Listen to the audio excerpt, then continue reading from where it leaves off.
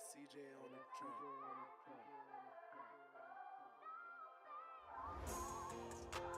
Black Scully on check. Got a little CFB Nation polo on check.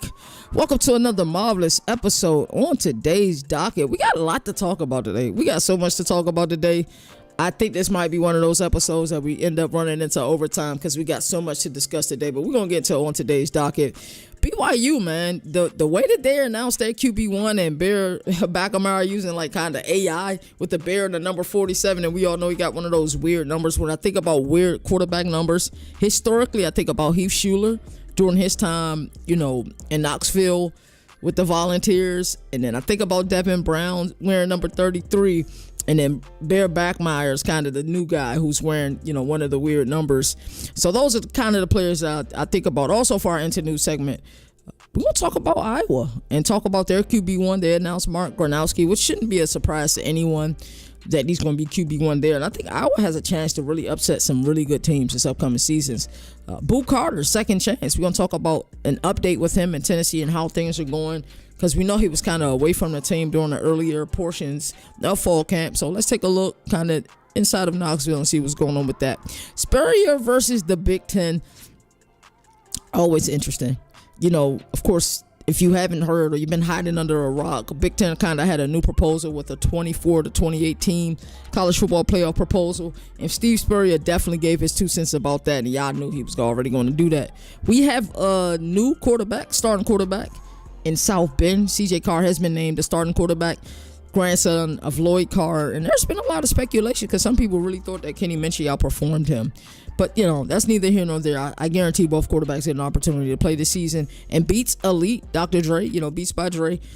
2025, he announces his next NIL class. So it's always dope. I think this might be the third rendition that he's done of that. Governor reacts. We're going to talk more about the quarterback battles that have been settled. Of course, Julian Sand, over Lincoln Conho, C.J. Carr over Kenny Minchey, Bear Bachmeier over Hillstead, Jaron Kiwi, I'm not even going to try to butcher his last name, over Devin Brown. That one broke my heart. True Metzemaker, that one had a lot of people upset on Twitter. Him, winning the nod at North Texas over Reese Poffenbarger. And then we got Syracuse, Steve Angeli winning over Ricky Collins. We're going to talk more about that. Also, make sure you guys are following us on TikTok. Me and Moon have made it a point to every day of the college football season. So from now until January, every day we're going live on TikTok. And we have a decent following over there. We have like 1,000 followers. I'm sorry, a little bit more than that, almost 1,100 followers. And we're starting to put a lot more content on there now, but the handle is at the CFB Nation. Follow us on there. We will be going live every day on TikTok. Every day. It may be multiple times a day. Me and Moon have a show. We're going live.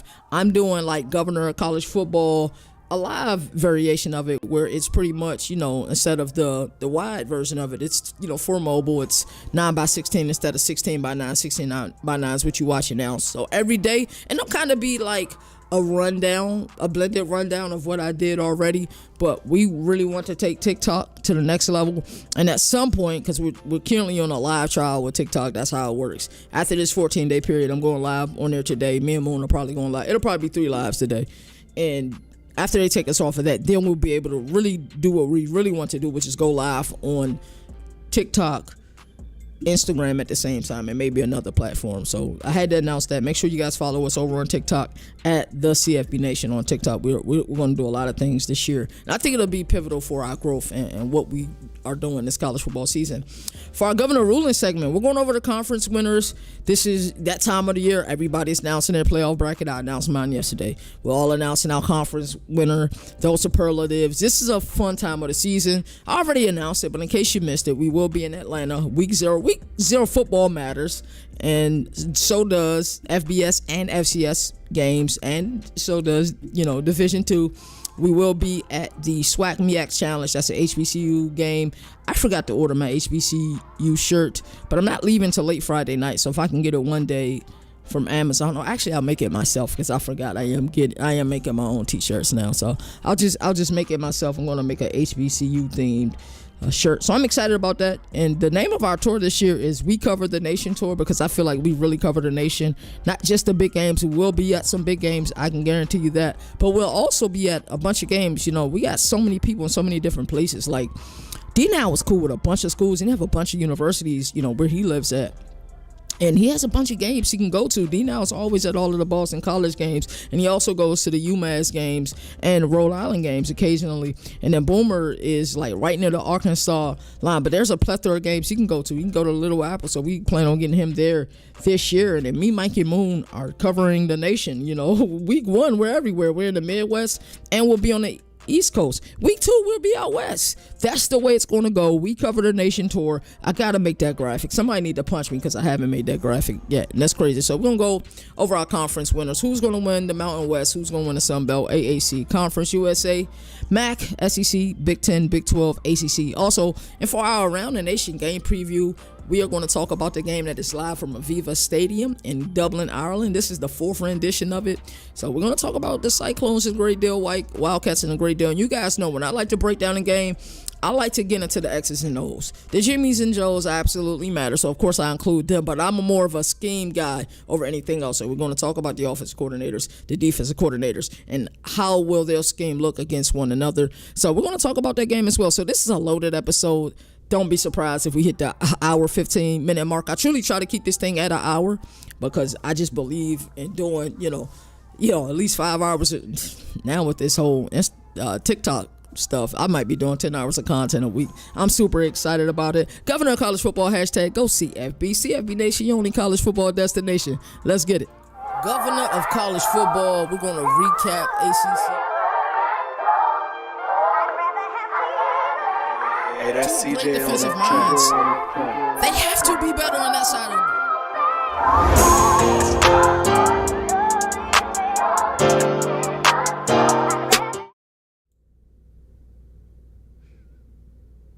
This is our Into the News segment. Shout out to the good folks over at Bull Rush. We are now doing a campaign with Bull Rush. It's like a pick'em league, and it's going to be extremely exciting, like a fantasy style. It's a new thing. You get $100,000 in virtual currency, and you're able to spend and do pick'em. Winner gets $100. It's free to sign up, so make sure you guys check that out over on our CFB Nation Twitter handle. We also need to post that on TikTok, and we also need to post that under our YouTube post as well. But shout out to everybody who's always here. We go live Monday through Friday, 11 a.m. Eastern Standard Time. I'm super excited to buy my flight to Atlanta.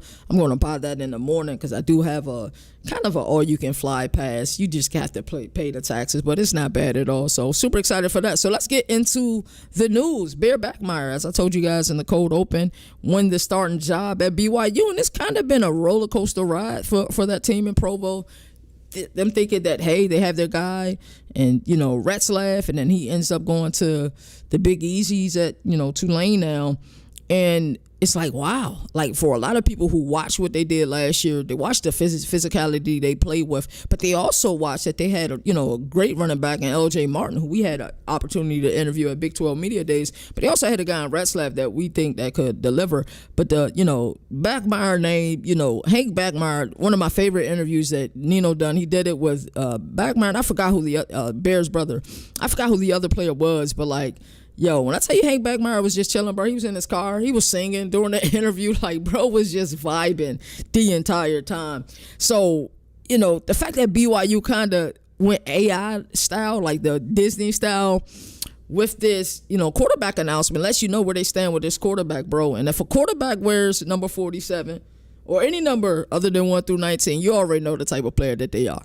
You know what I'm saying? And trust me, he's a running back at heart, and that's the way he plays. He plays like a running back.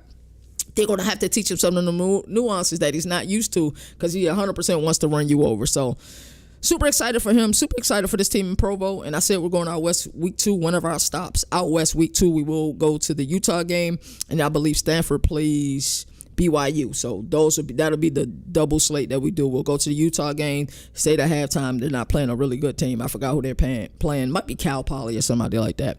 And then we'll head the 40 miles. I don't know if it's east, west, south, or north to Provo, so we can go and see the Stanford and BYU game. That's our week 2 slate. I love our week 2 slate. I really do. We'll go to Boise on Friday, fly out of there, and then, head to Utah. So that'll be extremely fun. I love what we're doing this year. I just love where we're at as a brand. And then, I really love the fact that, Moon and myself are able to just really hone in and do something that a lot of people don't really have the opportunity to do, just to go crazy with the sport. Also, while we're at it, let me stop what I'm doing. Make sure you guys check out the CFBNation.com. I think it's the best looking college football website that there is. Moon does a fantastic job with that. 9 times out of 10 when I'm calling him, Moon is doing 50 things. Let me tell you some of the things that he's doing as our communication strategist.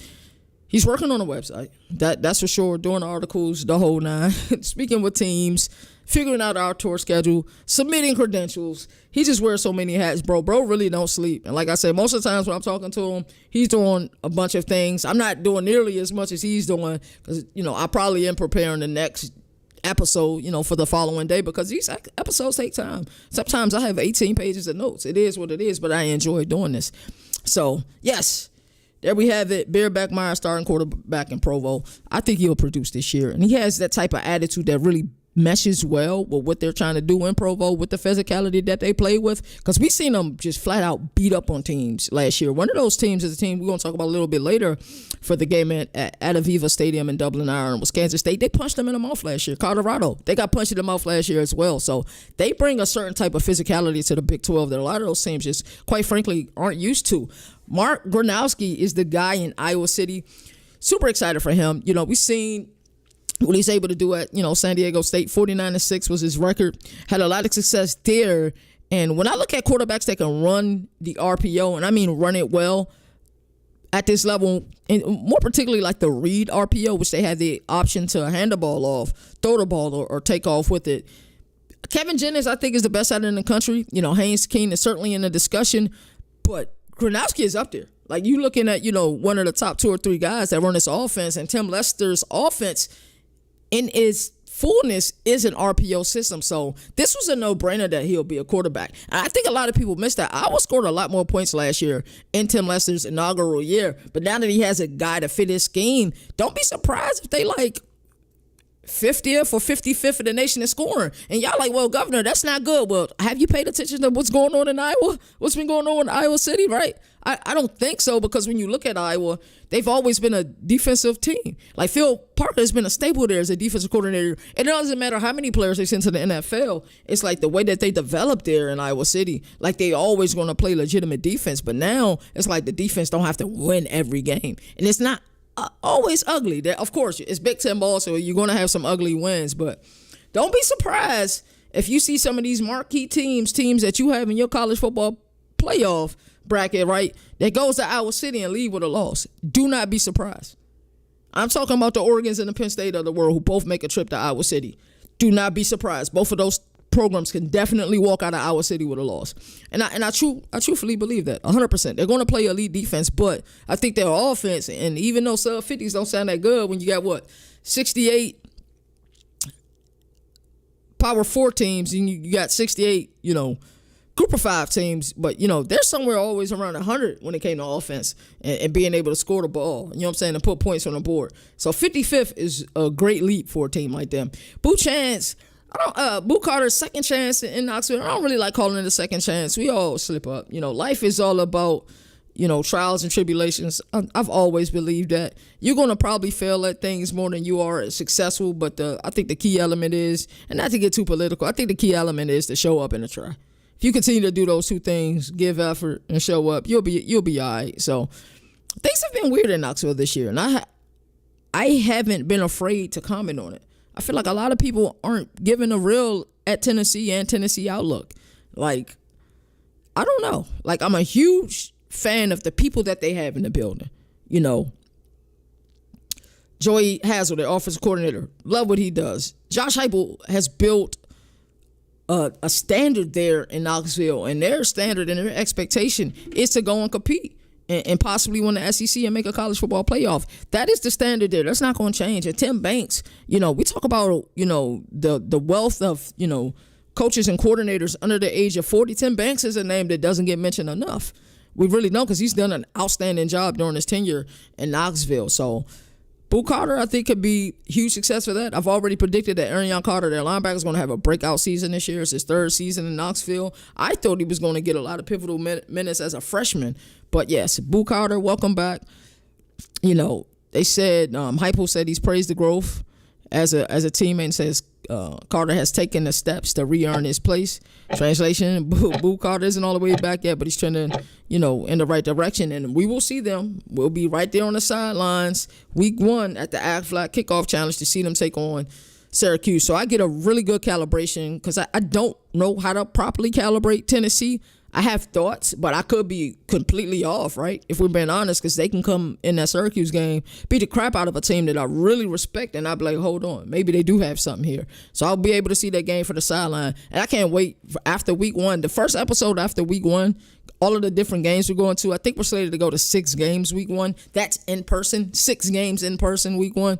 So there'll be a lot to talk about our travels and everything else. I think this year we want to try to document the behind the scenes thing, like getting on the flights, us joking around, maybe an argument or two, man. Mike is fiery. He's chill, but he's fiery. I'm chill, but I'm fiery. Moon's chill, but he's fiery. And occasionally we get into it. But we all, what I'm saying? We all been at the end of the day, and we all gonna stand on our own too. It happened right down in Boca Raton in Paradise. Me and Moon wanted to see eye to eye or something. We talked about it. He stood on his own too. I stood on my own too. It is what it is. It won't be the first time. It won't be the last time. At the end of the day, though, it ain't never gonna be anything other than that. We both passionate. It is what it is. So, our next story, Steve Spurrier, man, the old ball coach. It seems like I find a way to talk about Steve Spurrier like on cue every other week or so. It really feels that way. I'm a huge Steve Spurrier fan, the old ball coach. And I like the fact that he's opinionated. And I also enjoy the fact that he isn't afraid to speak his mind. Not at all. He's not afraid to speak his mind at all. So when he heard about Tony Petitti's idea of a 28 or even 24 or even 28 team college football playoff, the old ball coach wasn't having it. Just like a lot of us weren't having it at all. We weren't cool with it. Spurrier reminded folks that in his Florida days, the SEC championship was the game. His Gators went to Atlanta 7 times in a decade, winning 5. To him, conference titles are history, tradition, proof of dominance, right? And I agree with him. That was one of the things that I spoke on. Like, you guys going to do this and get rid of conference championships because of the auto bids? That's stupid because you're going to get, 7 AQs? That's stupid to me, bro. That is so stupid. Conference championships matter. So we're going to just say, okay, teams with identical records, same, record overall, same conference record, who wins the conference? That's what the conference championship game was for. Duh. Now, this is a full-fledged proposal by the Big Ten. At first, I thought, okay, they're getting a lot of bad press now with this Michigan situation. The ruling was down. A lot of people, including myself, don't feel like the sanctions were harsh enough. It was a slap on the wrist for a program that dares you to penalize them, right? That's how I felt at the end of the day. So shout out to the All Bowl coach. He's always going to speak his mind, and that's something that I've always appreciated about Steve Spurrier. CJ Carr is the guy in South Bend, and we're going to talk more about him in a great deal because we are going to do a Governor Reacts segment, recently named QB1 players. And, like I said, like I always like to say, shout out to everybody who consistently, they see this show go up, and they click on it, and they watch it. We live on 3 different platforms. So, like I said, I truly do appreciate y'all. And it's just going to be more access, man. Make sure you guys follow us on TikTok. Because when I tell you every day we're going live, I mean no days missed for the next 3 months. Every day. Like, boom. If I'm scrolling, and I really don't get on TikTok much, but I do get on to see what content is being put out. Because both Moon and myself put content out on TikTok. If I don't see he went live, I'm going live. Right then and there. And I'm actually going to take my script, which is, I think this one right here on my notes about 18 pages long, and I'll condense it to be able to go live on this. So make sure you guys check us out on that. And I think you guys will have more access. Like, you want to do like those mailbag type of things, Q&A. You guys want to pick my brain about something, or I have a take that you guys don't like. Over on TikTok, if you put it in the comment section, we're going to talk about it. And we can just talk ball. So that's what I love about the TikTok element of it. Make sure you guys check that out. But yeah, CJ Carr is the guy in South Bend. Left a lot of people confused because I saw not only about Bud Elliott said something about it, somebody else who said something about it. It was like everything that they heard. It was like Kenny Minchie was leading this race. So a lot of people were surprised that CJ Carr got the nod. This was something that was even discussed on Overreaction Monday, where I believe Nino was saying, hey, everything he's saying, Kenny Minchie is leading this race. And D now, who's an insider, and I use that verbiage very lightly. I would never call myself an insider. Most of the people I know, I wouldn't consider them insiders. D-Now I consider an insider because typically when he puts out a thought about a coach and where he thinks a coach will land, they're going to land there. I don't know who he knows. He'll never tell me who he knows, but he's always right about a lot of things. So when the world was saying Kenny Minchie's going to win the job, he's like, nah, CJ Carr's going to win it. And he was right. So it's going to be interesting. He's taking over a team with a plethora of talent, especially his running back room. We just got to see how things work out. We're going to find out week 1. In Coral Gables, we got Catholics versus convicts, so we're gonna figure that out ASAP. Is it still okay to call that game that game? I know we live in a world where you got to be real careful with what you say. You know what I mean? I got to update my ticker. I should have had the CFB Nation poll up there. That's one of the things I do once this show is over, along with something else I had to do that y'all was supposed to punch me for. I don't remember, though. Beats by Dre unveils the new Beats Elite class.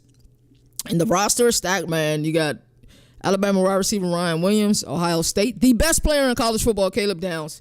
Jeremiah Smith is fantastic, electric. Should have been allowed to go to the draft last year, right? And he's only the second player I've ever said that about. And I know a lot of people say, hey, man, that's the best freshman we ever seen. They must have forgot about all-day Adrian Peterson. I will never say there was a more pro-ready player after his freshman season than Adrian Peterson. But this class is great. But, yeah, like I said, Caleb Downs is the best player in college football. I'm tired of people not saying that. Caleb Downs is the best player. Okay. Quarterback Bryce Underwood, who's probably end up going to start. Georgia running back Nate Frazier. Texas linebacker Colin Simmons. Oregon quarterback Dante Moore. Florida quarterback DJ Lagway. Oklahoma quarterback John Metzer, and South Carolina quarterback Lenoris Sellers. Let me find out Beats by Dre team either no ball or he no ball. So shout out to Dre, bro, because that's an incredible class that you got right there. You talk about representing your brand, and these players are the elites of their sport. That's a great class to have, representing that. That's our Into the News segment. Shout out to everybody who always pays attention to this segment. I'm also looking for a sponsor for this segment and this segment alone. We will figure that out later. That's all minutia for now. But we're going to get right into our next segment, Governor Reacts. We'll be right back in a second.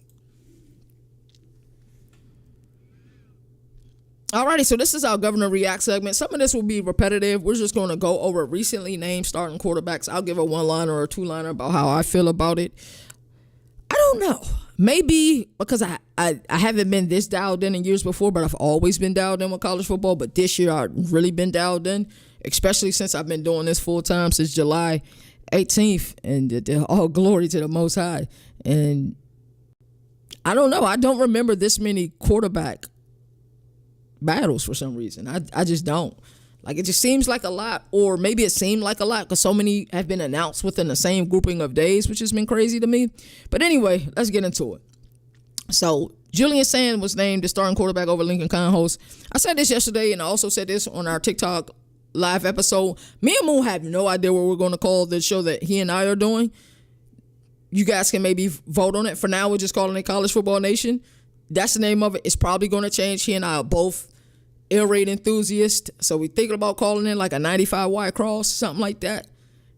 And it's kind of got a symbolism because I could take 95 to get to where he's at. I can also take 85, but I could take 95 to get to where he's at. And 95 wide cross, it'll be like a double entendre. I live off of 95. He lives off of 95. We're both air raid enthusiasts, so that would be probably a good name for the show. But right now, we're just calling it the flagship. We're calling it College Football Nation Show. Super excited about that. Shout out for everybody who tapped into the show yesterday. I think that episode, first live episode ever on TikTok, got like 273 likes. In the grand scheme of things, that's probably not a lot to what most of you are used to who probably watch big creators. But for somebody who haven't went live on it, to us, that's huge. That's major. And immediately we shifted like, all right, yes, we still want to give YouTube, Twitter, and I'm on live on two different Twitters right now, CFB Nation Twitter and my own personal Twitter. We're still going to give them the episodes, the main episodes as it pertain to the 1920 by 1080, but the 1080 by 1920, which is essentially 9 by 16, yes, we got to give more to more to TikTok and more to Instagram. So let's get into these quarterback battles. We already talked about Julian Sand and Lincoln Conhost, and I said this yesterday that I felt like in order for Lincoln Conhost to win this starting job, I think the brass at Ohio State really wanted Julian Sand. He's 5-star QB, went to Tuscaloosa. Nick Saban announced that he's retiring, pivoted extremely quickly and headed to Ohio State. I think most people there wanted Julian Sand to win this quarterback competition. And it was something like Andre Iguodala said, in order for Lincoln Conhoes to win this job, to win by 1, he had to win by 15, if that makes sense. So Ryan Day officially names 5-star Julian Sand QB1 after a long battle here. Sand was the top-ranked quarterback of the 2024 class, transfer from Alabama, was able to retire. Like I said, doesn't have a lot of reps, in-game reps, and then Big Bad Texas is coming to town, so he's going to have to figure it out on the fly, and he's playing on really good defenses. But he does have a lead arm talent. I think that upside is what truly made the difference. So we got a lot to figure out, and we're going to figure it out. Could this turn into what we seen with Texas and Michigan last year? It could. It 100% could. Not saying that this Ohio State roster isn't talented, but, it's some newness there. We got newness at quarterback. We got newness at running back. We got newness on the line, both offensively and defensively. We got new offensive coordinator, new defensive coordinator. It's a lot of newness in Columbus and a lot they have to figure out. And I wish that they had made this decision sooner so that Sam was getting all of the reps. Notre Dame, South Bend, Indiana. C.J. Carr wins over Kenny Minchey. I talked about a bit about that in our Into the News segment. But grandson of Lloyd Carr wins the job in South Bend. He beat out Minchey in a tight battle. It's weird to me where I trust a lot of these people who have sources that are in South Bend. And when a lot of people are saying, hey, they thought Kenny Minchey won the job, that's strange to me. But maybe it's something in C.J. Carr, the coaches trust a little bit more. But it's scary to me because what happens if, Catholics versus convicts or, a few games after that, because they got a lot of really good games coming up. If he's not playing well, how quickly do they pull the cord? That's what scary to me. But Carr did appear in one game last season, but essentially no live bullets. And it will be baptism by fire. I talked to you about the Catholics versus convicts game. Texas A&M, they got Arkansas, they play Boise and NC State all about early October. Their schedule is difficult, man, but they do have an elite running back room, with Jeremiah Love and Jadarian Price. I'm sure they're going to lean on that a lot. And then I think their wide receivers are pretty good as well. So up next, we're heading to Provo, and we're going to talk more about Bear Bachmeier. And they chose him over McKay Hillstead. Bachmeier becomes the first true freshman to start at a BYU opener. That's impressive. Transferred in with his brother Tiger as well. Outduel Hillstead and Burgett inherits the job after Jake Retzlaff's departure. Where's number 47? I told you guys about that, which is extremely rare, but carried it over from the days at running back. And they play Portland State August 30th, and I'm sure he's going to light it up. I'm sure they're going to script a game, from the offensive coordinator perspective, that's easy reads for him, and then he's going to kill it. Next, we head to Berkeley. We got Jaron Kiwi Saga Pulu Tele. I tried it. I tried it. I don't know if I failed, but I tried it over Devin Brown. This one broke my heart, bro. It really did. Like, I feel for Devin Brown. I feel like Devin Brown was so strategic in the location that he picked in chance of starting. And now I look at him, I don't know if this is his senior year or because I think we're out of the COVID years, right? So I'm not sure what he's going to end up doing, but I'm sure he'll get some playing time this year. But, I think Jaron did something that, like, you have two schools of thought. You have the archaic method, the old school method, which is the method I prefer. Go somewhere, sit, learn the system. When your time comes in year 2 or year 3, be ready. That's kind of what Ty Simpson did in Tuscaloosa and what Arch did in Austin. That's one school of thought. That's my preferred school of thought. But now I think you have players that are smartening up. They say, hey, all righty, it'll be nice to play in Eugene with them Oregon jerseys. But dang, I got to compete with Dante Moore and Austin Novosad. Who Cal got? Oh, I just got to compete with Devin Brown. Yeah, I'm going to go over there and get a starting spot. And I think the players, because I don't know what you rank the highest, what's most important to you. And back in the day, most important used to be the education, and then you figured everything out after that, right? But now, I think you got some of these players where playing time matters most. Pick a school, even if you are a high caliber, blue chipper coming out of high school, pick a school where you're going to have an opportunity to compete year one, like something like Dylan Raiola did in Lincoln last year, and you will get an opportunity to play. So we're going to see the lucky lefty play. I think this kid is uber talented. I believe in Cal just with the players we had an opportunity to sit down and talk with. Moon's conversation with Justin Wilcox, their head coach, was a phenomenal conversation. I think that was the best interview maybe we've ever had over here on CFB Nation. It was such a conversational piece. It was amazing. You guys should go check that out, or at least the best interview I think we've had over this past media day cycle. And talking to Devin Brown, Jalen got an opportunity to talk to him. That interview was fantastic as well. I think that was my second favorite interview of this cycle. And, just the type of guy Devin Brown is, I truly feel for him. But this is the sport, bro. We always say it on this show, no more victories. But, it is what it is. Cal opened up in Corvallis. So they're going to find out real quick because they got a kid by the name of Corvallis, by the name of Malik Murphy, who's ready to light it up this season because he lit it up in Durham last year. It's kind of surprised by him going to Oregon State, but, it is what it is. North Texas, Drew Messamaker over Reese Poffenbarger. This one put Twitter in a stir. So I think I follow a lot of college football personalities. I've really tried to get the Twitter algorithm to only feed me college football information. It doesn't always. You do got the dude like Dom Killiman, whatever his name is. He's always posting stuff with the NFL. And I don't even follow him, but his stuff always pops up. But a lot of the people that I follow, like Felix, like John Lobb, they are CFF guys. And, I think it's the CFF guys have the deepest bags. Out of everybody who creates content, the CFF guys have the deepest bags, I think, because of the Jimmys and Joes and how knowledgeable they are of them. Like Nino and D now are CFF guys. 100%. Their bag is so deep. They can talk about players for days. And I can talk about players as well to a certain extent, but I'm more of an X's and O's guy. So I think my wheelhouse is the scheme over the Jimmys and the Joes. And it will always be that way. Like, I have a 200-play playbook, bro, that I created, that me and Moon created, bro. Like, that will always be where I am. But, yes, so I saw Felix in an uproar after this one. He said he refuses to watch North Texas football this season. I thought that was hilarious, man. But you got to appreciate the story. And this is like, I think we might be seeing the Rudy story. So if this is a movie made later on, we're seeing it, from a walk-on to a rival bowl game hero and now the starting quarterback. You got to appreciate it, man. Shot to the first responder bowl and lost to Texas State. 448 yards of total offense, including a 70-yard TD run. And that was followed by a sideline puke clip. So won the job. The best thing about fall camp and why a lot of us get so excited about fall camp, because we get spring camp and then we hear some news about the summer workouts and all of that. But there's this gap, right? Media days help with the gap from spring camp to fall camp, and summer workouts are mixed in there. But, a lot of us get really excited about fall camp because of moments like these, figuring out who's the starting quarterback here, there, and everywhere, right? To be honest with you. And the last one we're going to talk about today, we got Syracuse. Steve Angeli over Ricky Collins. This was another one that, as a fan, it hurt. It really did. Ricky Collins got to sit down with us at ACC Media Days.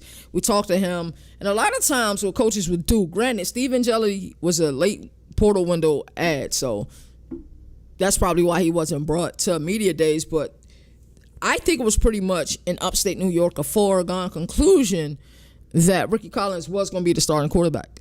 Steve Angeli came in there and had other things on his mind, and I'm interested to see how this thing play out. I told you guys before, I'm a toxic college football fan.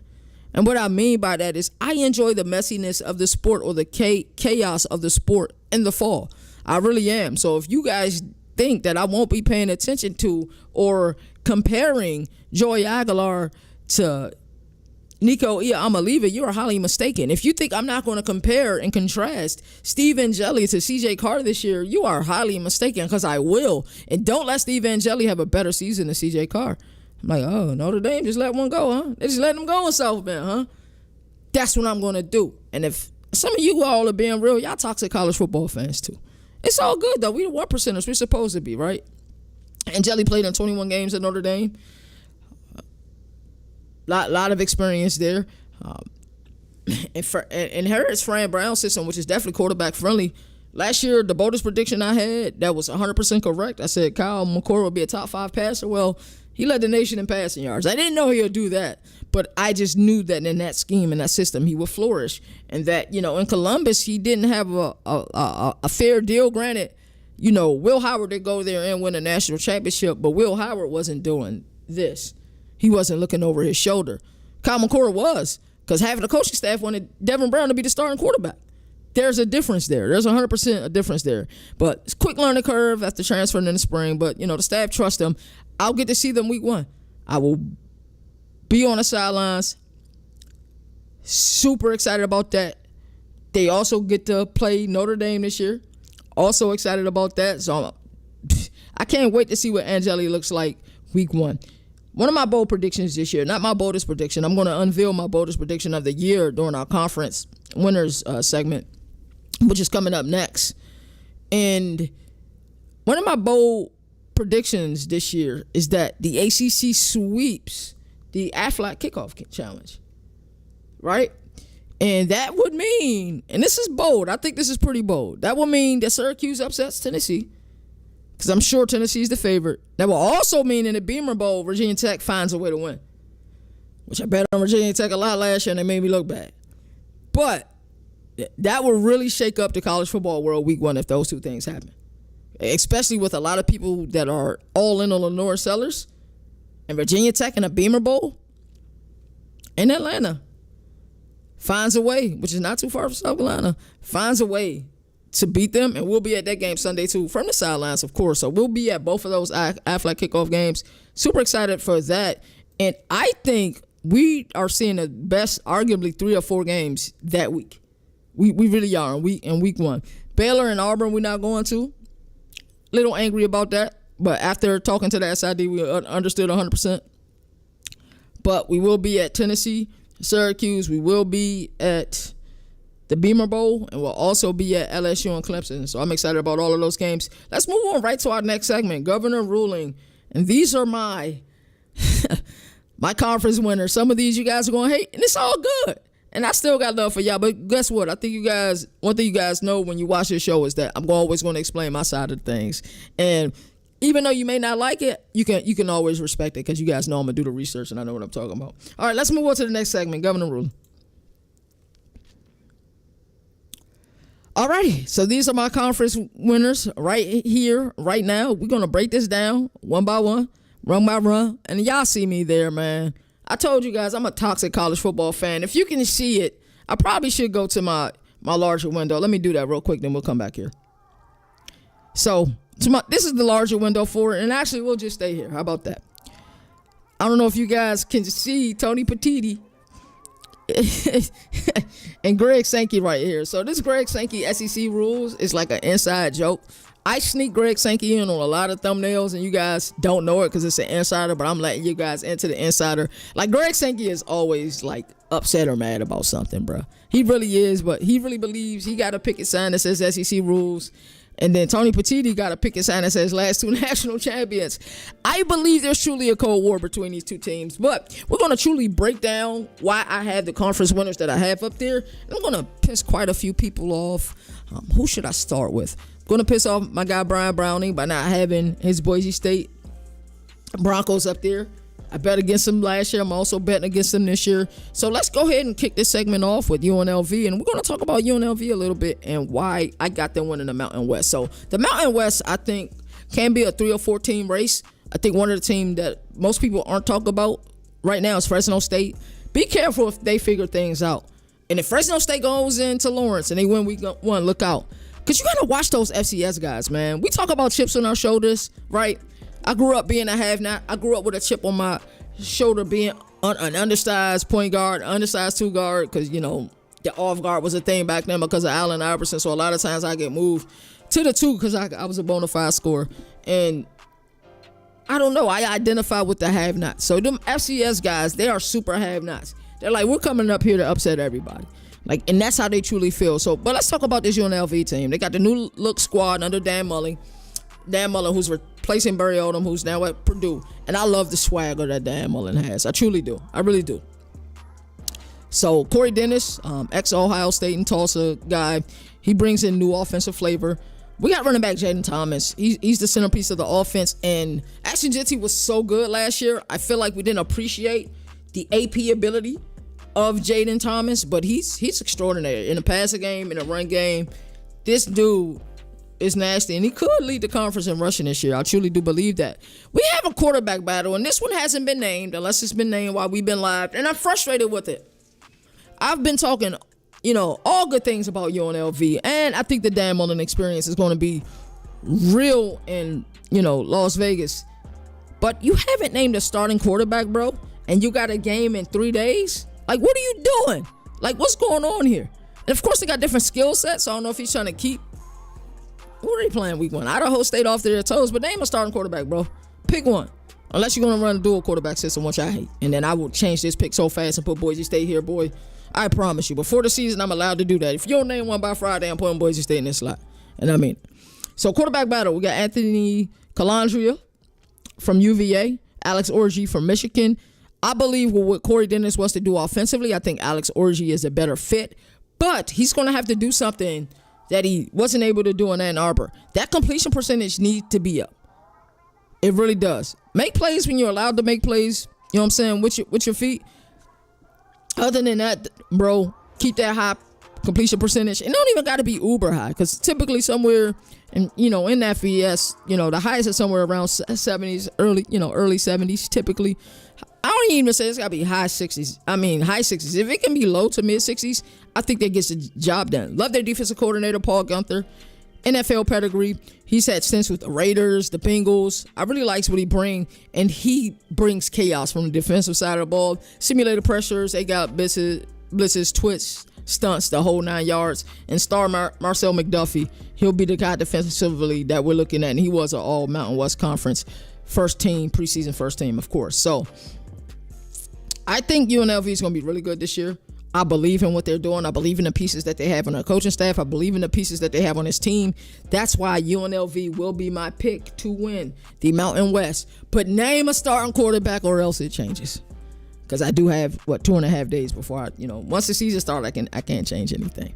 Sunbelt, I got the Dukes, James Madison out here, not too far from me, Harrisonburg, Virginia. I love Bridgeforth Stadium, one of my favorite small game atmospheres. To be completely transparent with you, I love the little things that they throw on the field when they score touchdowns. Their band is small, but they are loud. Make no mistake about it. I just hate the drive there. Like, I feel like I gotta be Jeff Gordon, man, when I drive out there, because it's so many twists and turns when you're driving. It's crazy, but I like what Coach Chesney and company are building out there in Harrisonburg. Quarterback battle. We got Matthew Sluka. We remember him. UNLV kind of opted out, forgone his season after not being appropriately played, and he dipped out. Well, he's there. And a lot of you guys are like, whoa, Governor, why are you talking about Matthew Sluka? What's going on with Alonzo Barnett? Is he healthy? That's why I'm talking about Sluka. If he's going to be ready for week 1, he'll be fine. My issue is that Matthew Sluka 100% knows his system. So if Barnett isn't ready to go week 1 and Sluka starts, if he plays well, Chesney and them trust Sluka, is Barnett going to get his job back? That's where I'm at with this situation. And then something that Chesney has been able to do since he's been there with the Dukes, and this is something that Kirk Cignetti does well as well. Now, I only mention him because he was the coach there, before he moved on to Indiana. And all he do is win. He surprised everybody last year, right? But portal magic, 7 wide receivers added via the transfer portal. G5, your team is going to get poached. It's going to be tampered with. You have elite G5 players, and the FCS is even worse. We saw what happened with NC Central and Virginia Tech last year. But, yes, this is what has to happen. You have good players on your team that are leaving. It just is what it is. They want to go play in the Power 4 conferences. That's just the way it works, right? So they had to add 7 receivers via the portal. Sluka could seize the job early and never let it go. That's what I'm afraid of. I think Barnett is one heck of a talent. But if he's not healthy and he's not ready to go, and because of injury, Sluka gets the job, even though there's an unwritten rule in this sport. But if Sluka gets it, I think he's going to play well, and he might not let the job go. So I think it's huge upside for this program, the ability to reload every offseason. Texas State is the team that I'm worried about in the Sun Belt Conference, or the Fun Belt, as we like to call it, when they start playing their weekday games. But that's the biggest, I think, threat to this team in this conference. But JMU has the depth, and I believe coaching is neck and neck, but I have to get JMU the edge. I think there's a reason to be partying in Harrisonburg, to be completely honest with you. And I think this is a portal-built monster, because not only offensively were they portal-heavy, they was also portal-heavy defensively as well. But Coach Chesney done an outstanding job in his tenure in Harrisonburg. And look out for them. I think they could win it all. I'm just monitoring this quarterback situation only because we don't know what's going on with Alonzo Barnett. All right, the ACC is where people are going to start throwing tomatoes at me. Go ahead, throw your tomatoes now. Get over it. Throw your tomatoes now. Get over it. This by far is my boldest pick of the year. By far. By far my boldest pick of the year. Zach Kittley. He come up under Cliff Kingsbury, who may be the best developer of quarterbacks at the college level. Right? That was his sensei, right? He was the understudy, right? Of Cliff Kingsbury. They have a really tight relationship. They call each other all the time. He said one of his favorite things to do, because I was like, yo, you listen to music or anything? He said no. He said, I'll be listening to a game, half watching it while I'm driving. You know, if the, Commanders are playing or something like that, because there's a bunch of coaches that he's thankful for that put him in this position and the reason why he's there. But I'm not just a fan of Florida Atlantic just because they rolled out the red carpet for us and we can essentially go to a game there. We can go live from the stadium whenever we like to. It's not just because of that. I'm a believer in Zach Kittley. Everywhere he's been, his teams have been able to score points, and they're always up there for conference leader in points. They have the ability to score points. We look at Lubbock last year. Texas Tech could score the ball. They couldn't stop anybody. Why do you think they spent so much money in the portal defensively? Baylor hung 59 on them boys last year. Right?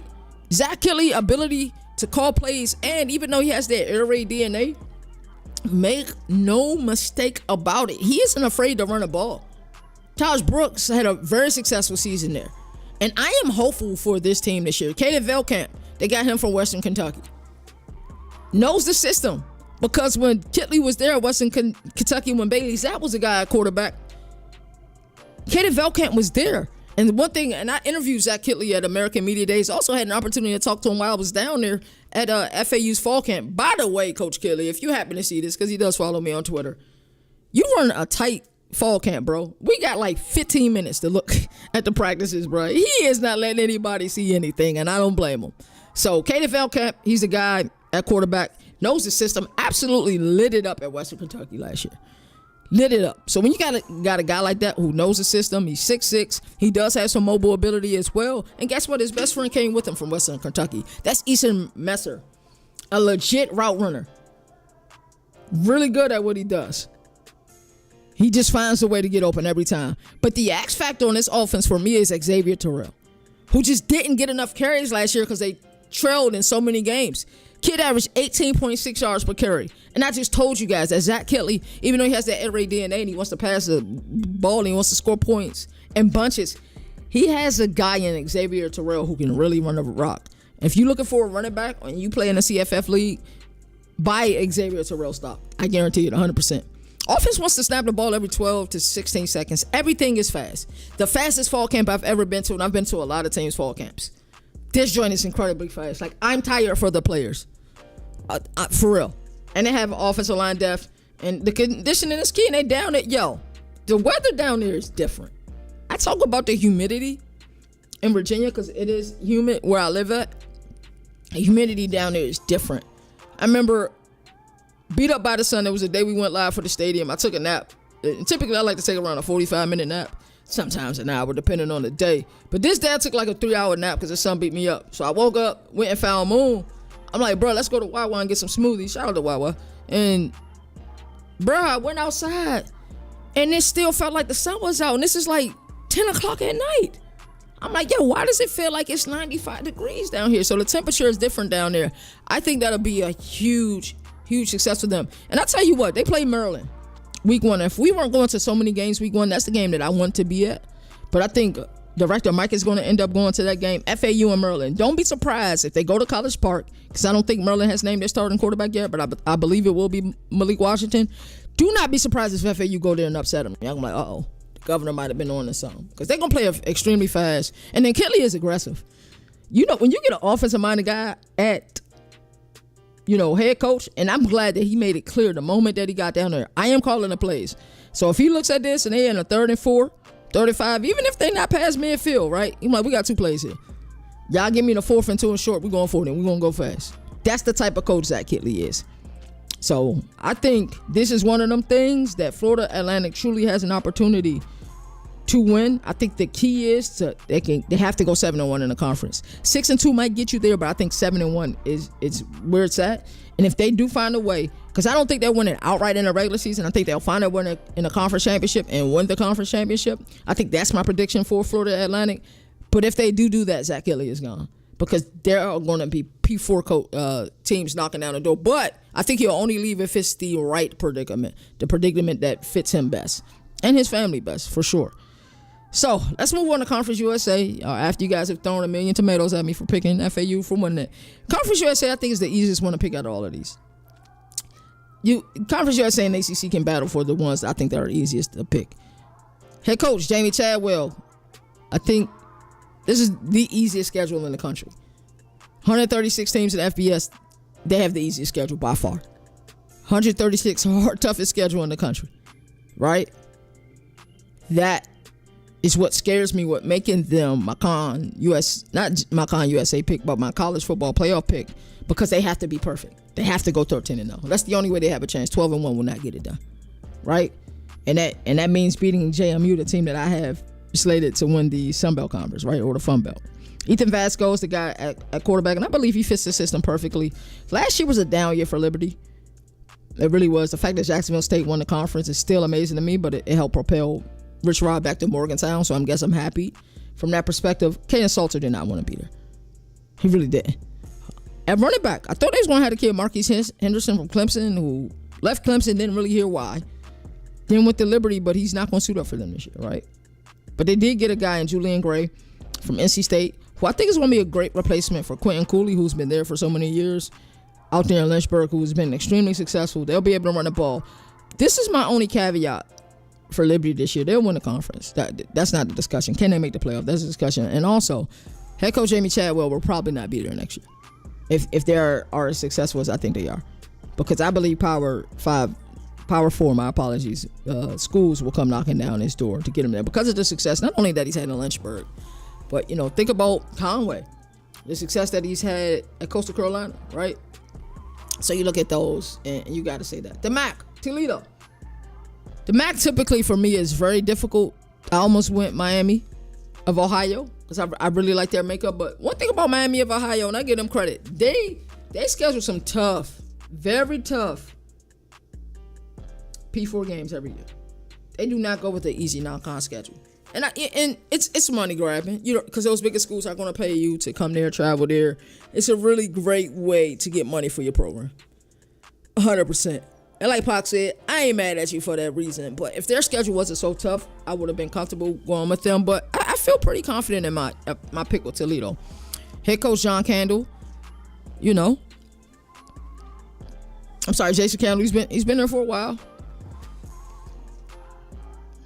And I really like what he's been able to do in his tenure there. Quarterback Tucker Gleason had a really good season last year, 24 touchdowns, 8 interceptions. And plus, he's able to give you a boost in the running game as well. Wide receiver Juwan Newton had 1,000 yards last year. Defense, Avery Smith, he's a ball hawk defensive back. Malachi Davis, DN. And edge transfer, Luis Julian, they could dominate as well. So I really like what this Toledo team have. And then they was able to go out and get active in the portal like you always have to do from NIU. They was able to get Travion Rudolph, running back Trip Trinium from Kentucky and Ohio State. I'm not even sure if he got the nod at starting running back, but he's a piece that I think is going to play a part. And then they got Amari Snowden from Wisconsin. Really good ads. This Toledo team, I think, is going to get a Kentucky a run for their money week 1. But, yeah, this is my pick to win the MAC. They do have some returning studs. And Junior Vander Ross, wide receiver 1. And then Connor Wallen Zach, running back. They have a strong core, so it'll be interesting to see the 1-2 punch with Trainium and Wild and Zach. So for me, Toledo wins the MAC. I don't even think that's a discussion. So now that we got G5 out the way, soon it'll be G6 once the Pac-12 join us late. And I'll have to change this graphic next year because I also used a similar graphic last year. Let's get to my SEC prediction. The SEC is super tough. I think out of all these conferences to pick, the SEC and the Big 12 were the toughest. For me, I think the ACC is Clemson's, and I think the big conference is Penn State. And I have no doubt in my mind in that. I really do. Ohio State, my question is, how fast does Julian Sayin catch on? And new coordinators, the newness in Columbus scares me with them. I'm hearing that this quarterback battle in Eugene is closer than what we think it is with Austin Novosad and Dante Moore. That scares me. And then there's like Jerion Dickey isn't playing right now. And, you know, it's like you guys expect the Corian Moore to come in and be the guy year one. Not saying that he can't be, but he shouldn't have been thrusted in that spot so fast. Because Evan Stewart is injured. We don't know how long he's out for. Jerion Dickey, how long is he out for? So we're looking at the Corian Moore and say, hey, you got to be the guy right here, right now. Right? So, and that's me talking about the Big 12. But back to the SEC. I'm sorry, the Big 10. Back to the SEC.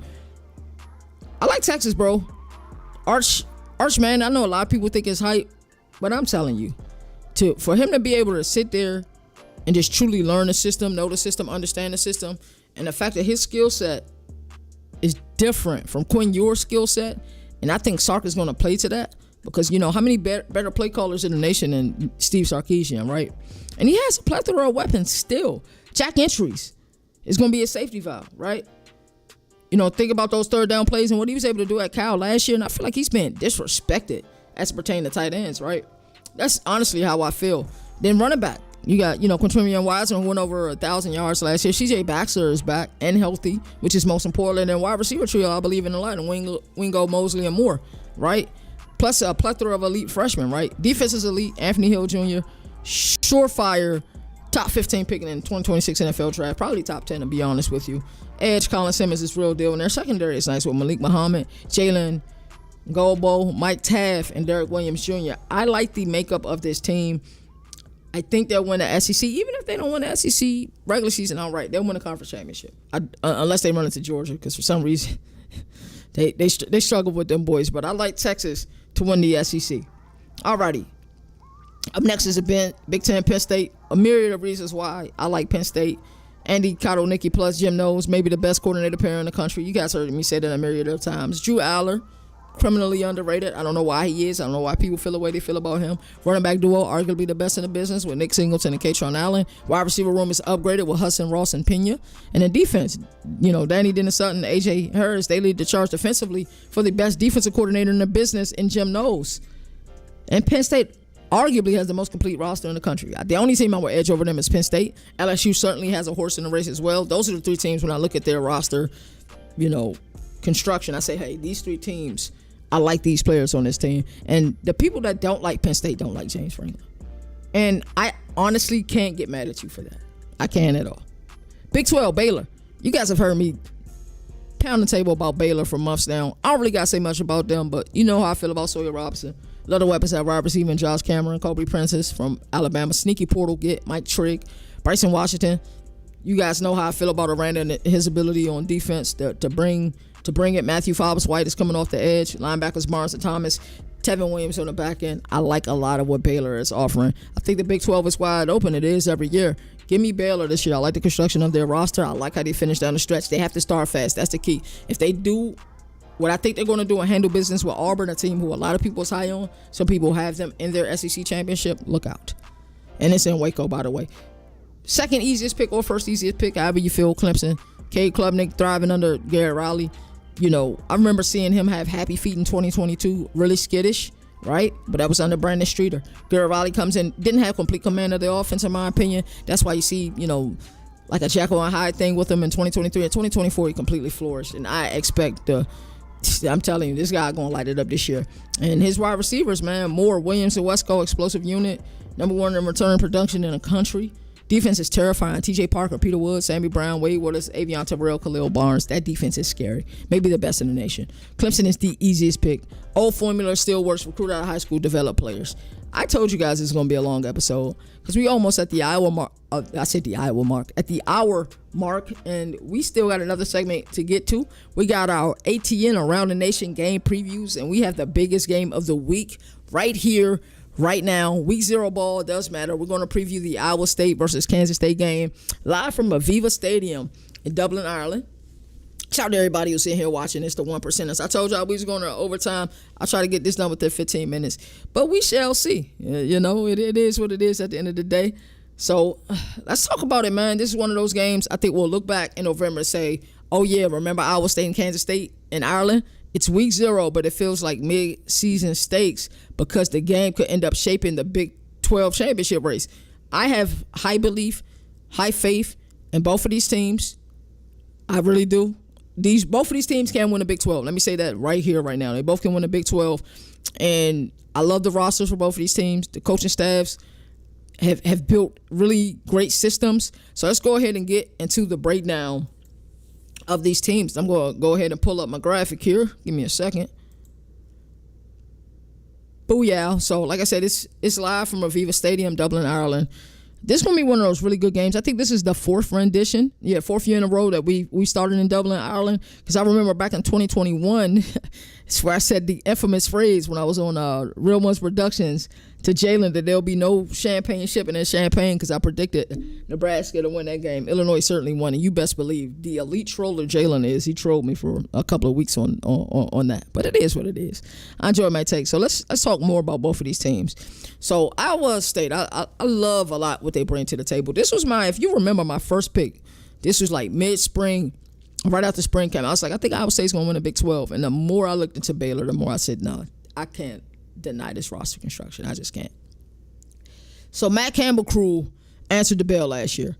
They didn't win the Big 12, but they did something that Iowa State struggled to do. They made the championship game, and they truly competed, and they were right there in the thick of things in this conference.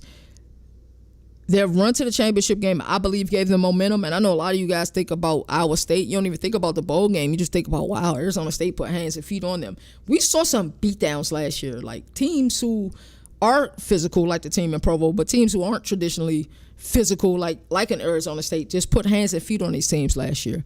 And that was a Cam Scatterboot game, right? We think about that a lot. But offensively, Taylor Mooser, he runs a supreme balanced attack. Offensive coordinator Taylor Mooser has steadily been crafting an offense that fits his quarterback. Rocco Becht is the real deal at quarterback, and he's up there for the best quarterbacks in the Big 12. He's got a player who can spread the ball around, but isn't afraid to take these shots. These shots last year, Becht threw for over 3,500 yards, 25 touchdowns, showing he can handle the pressure and elevate this team. Running back Carson Hanser, it's tough inside running element. He had 752 yards last year, 13 touchdowns in 2024. He's going to 100% keep the defense honest. And I know that this team has lost a lot of production at wide receiver, but Chase Sowell is still there.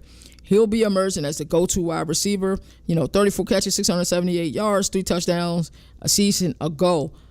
I like what they have. And then you look on the defensive side of the ball, when we talk about key players to watch, we got Jeremiah Cooper. But, we talk about Taylor Mooser's his balanced attack. He's not afraid on a second or two. More than likely, they are going to throw something 40 yards down the field. But he's also not afraid to run the ball. But let's talk about this defense. And I really like what this defense brings to the table. And Coach Heacock's 3-3-5 / just like a 3-2-6 flex. And they've been running that defense for a little while now. But I think he's a defense wizard. This 3-3-5 scheme is disguised to handle the pass-happy Big 12. And when needed, he'll slide into that 3-2-6 look to clog the throwing lanes. The key difference is not just sitting back, but he uses exotic pressures to confuse quarterbacks as well. And, we already talked about some of the stars on this defense. Dominic Orange, he's up front. He sets the trenches. Also, Big 12 preseason all-conference member.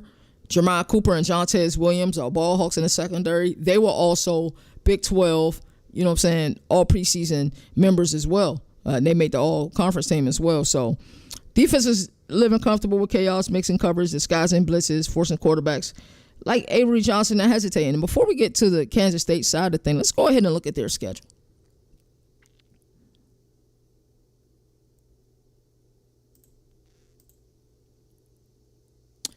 Alrighty, so Iowa State, and I don't think we truly understand the importance of this game, right?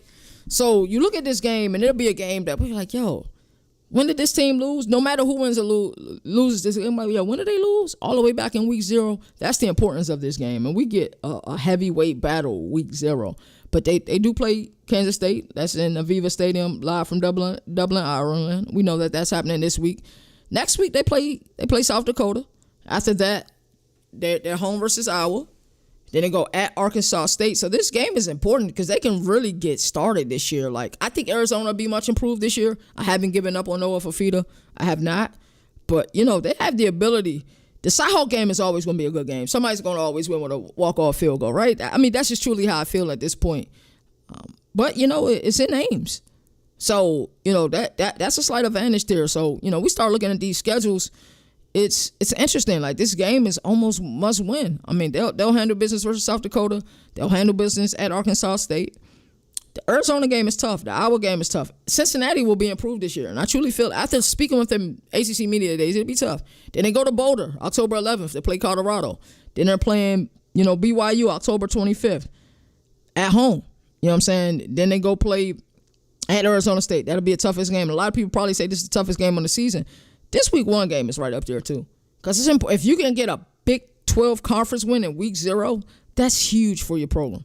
After that, November 8th, they play Texas Christian. November 22nd, they'll get a bye. November 15th. November 22nd, they play Kansas. And then they go at Oklahoma State November 29th. So this their schedule, not too shabby. Definitely some winnable games here. But let's say they start off the season 1, 2, 3, 4, 5, 6-0, right?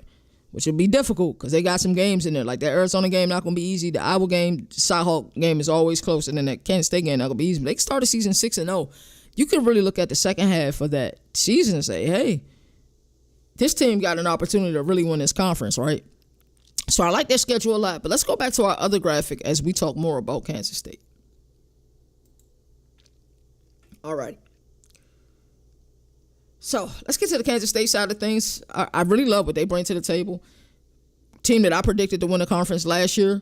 I was up there. They're in my top 3 teams in the conference this year. I think Arizona State is going to slide a little bit.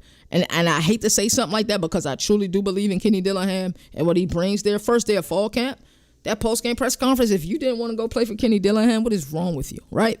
But let's talk about Kansas State. Chris Kleeman has made Kansas State one of the toughest programs in the country. But last season, the Wildcats just weren't physical enough in big games. That's been pretty much the off-season emphasis. Get tougher, get nastier up front, and match the physicality of some of these Big 12 elite. Because we watched them get pushed around by BYU like that last year, and I did not like that at all.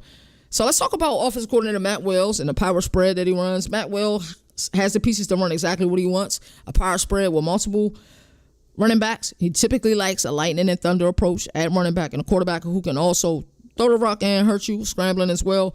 And he has that. Quarterback Avery Johnson is a dual threat dynamo. He put up over 2,700 yards passing last year with 25 touchdowns. I believe he did have 10 interceptions. I like to see him get that down a little bit. But this kid is dynamic, man. The biggest growth for him will be the decision-making, avoiding the turnovers against the Skies defenses like Iowa State. This Iowa State's 3-2-6. A lot of people don't like it because it's like, yo, just run the ball like you can do in a video game, right? But it's for offenses like these, especially if Iowa State's able to get a lead and force Kansas State to throw. That 3-2-6 is amazing. It's beautiful. It really is. The running back combo, I really like it with Joe Jackson, who's going to give you like the power and he'll give you a little bit of speed as well. With Dylan Edwards, who's going to all-purpose. When we think Dylan Edwards, we think all-purpose. We remember his first year as a true freshman, Colorado, the game he had versus TCU that first game. Dynamic in the return game, dynamic in the screen game, also played well, running rock as well. Wide receiver. This wide receivers room not too shabby. I think Jace Brown clearly number 1, right? After his 823-yard season a year ago. Jerron Bradley didn't work out in Chestnut Hill. Just didn't work out at BC. Last couple years at Texas Tech were horrible. Well, his last year specifically was horrible. Because he had a year, I think it was after his freshman year, redshirt freshman year. He was dynamic, and I had him in my top 10 wide receivers heading into the next season. Just didn't translate. But he's familiar with playing in the Big 12, knows how to win in the Big 12. And I think if he uses his frame properly like he did a few seasons ago, this could be a nice pairing with Jace Brown, Jerron Bradley, and the ability to use Dylan Edwards at different spots. They could put him in the slot, use him in the passing game, out of the backfield as well. I like what this Matt Wells coached offense is going to be able to do this season. But the key is going to be controlling the line of scrimmage, and this offense can roll if they are able to do that. Joe Klinderman's, his multiple fronts on defense is what we're looking at when we're looking at Kansas State. He will mix in a 3-man look from time to time, and historically, at least over the last decade or so, that's what Kansas State like to do. But more recently, he's liked the 4-man fronts, but he loves that 4-2-5 and loves to play that cover 3 out of the 4-2-5. They like to keep everything in front of them. It's a bend, don't break defense. It's 100%. They won't like that verbiage. They won't like that term. But if they can play physical, they can get out of that bend, don't break element. But they're not trying to give up a lot of big plays. I think that's why a team like BYU was able to beat them physically last year because they don't give up a lot of big plays. That's just their mantra. But the key leader defensively is linebacker Austin Romaine. He's a preseason All Big 12 pick, and he'll definitely try to set the tone in his Joe Klinderman. Defense, I like what both of these teams like to offer. That's why I like to give you guys the X's and O's aspect of it. What to expect from the offense, what to expect from the defense, not just from a Jimmy's and Joe's perspective, but from a schematic perspective. I've already told you some of the players to watch. We're going to go over them again. Rocco Becht on the offense, 3,500 yards, 25 touchdowns, 2024. Carson Hanser for Iowa State had 752 yards, 13 touchdowns. Chase Owell's a guy at wide out, 678 yards, 3 touchdowns. Jeremiah Cooper, preseason all Big 12 for Kansas State. We're looking at Avery Johnson, 27-12 yards last year, 25 touchdowns. 2024, Dylan Edwards rushed for 546 yards, 5 touchdowns. He'll get more carries this year, so I expect those numbers to go up a lot. But he's also dynamic as an all-purpose back as well. Jace Brown is the guy wide out, and we already talked about Austin Romaine. This is going to be a really big game. And why this game matters is because this isn't just week 0 hype. This game could decide tiebreakers for the Big 12 title. We saw how jumbled up and close it was last year. Like, before Colorado lost to Kansas, I was like, oh, Colorado about to be in the Big 12 championship. And I was extremely happy about it. I really was. But, before we get into my final take, and I'm talking right now about why this game matters, let's, for a second, look at their schedule.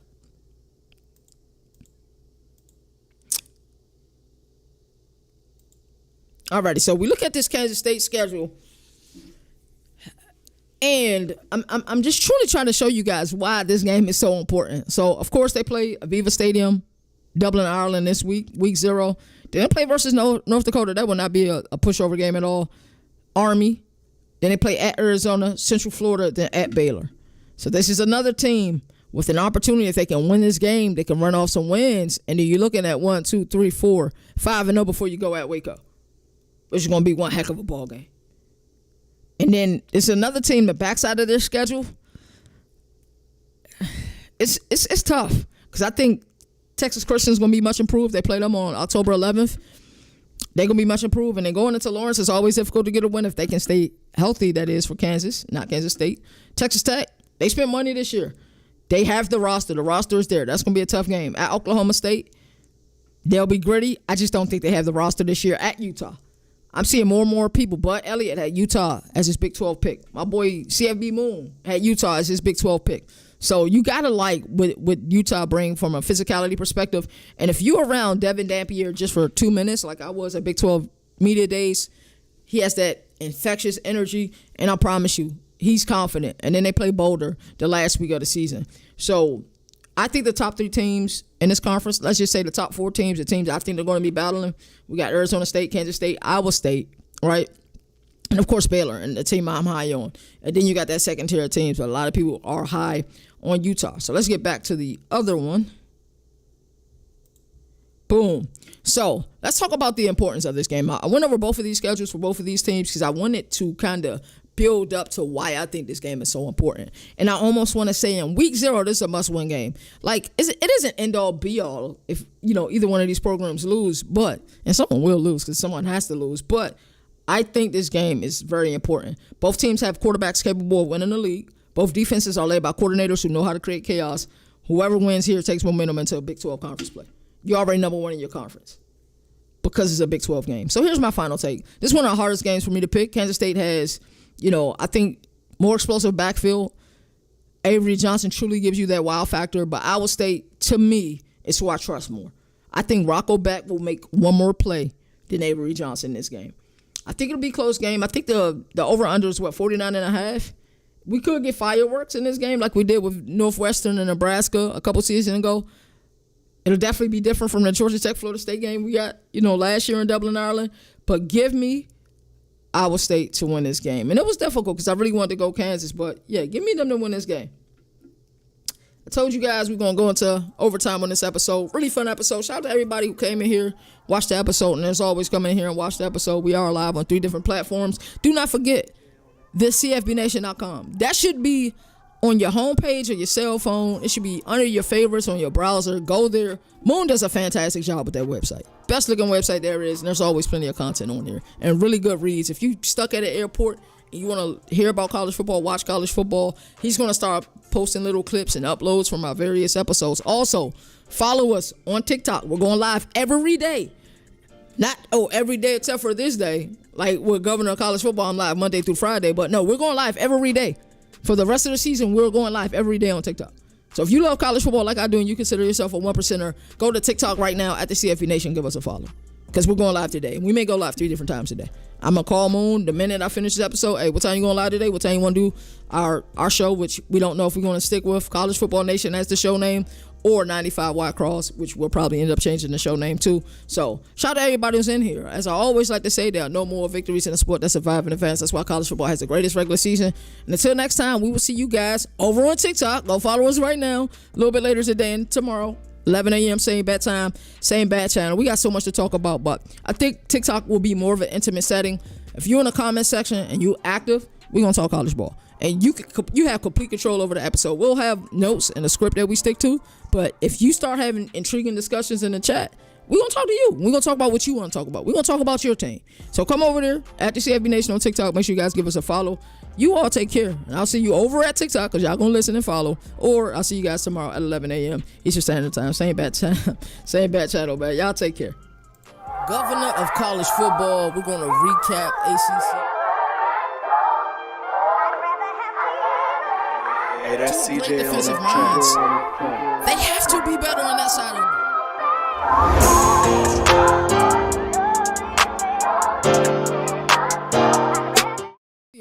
Appreciate you checking out this video. Make sure you like, comment, share, subscribe, and also don't forget to check out the other content that we have here, there, and everywhere. Governor College Football for the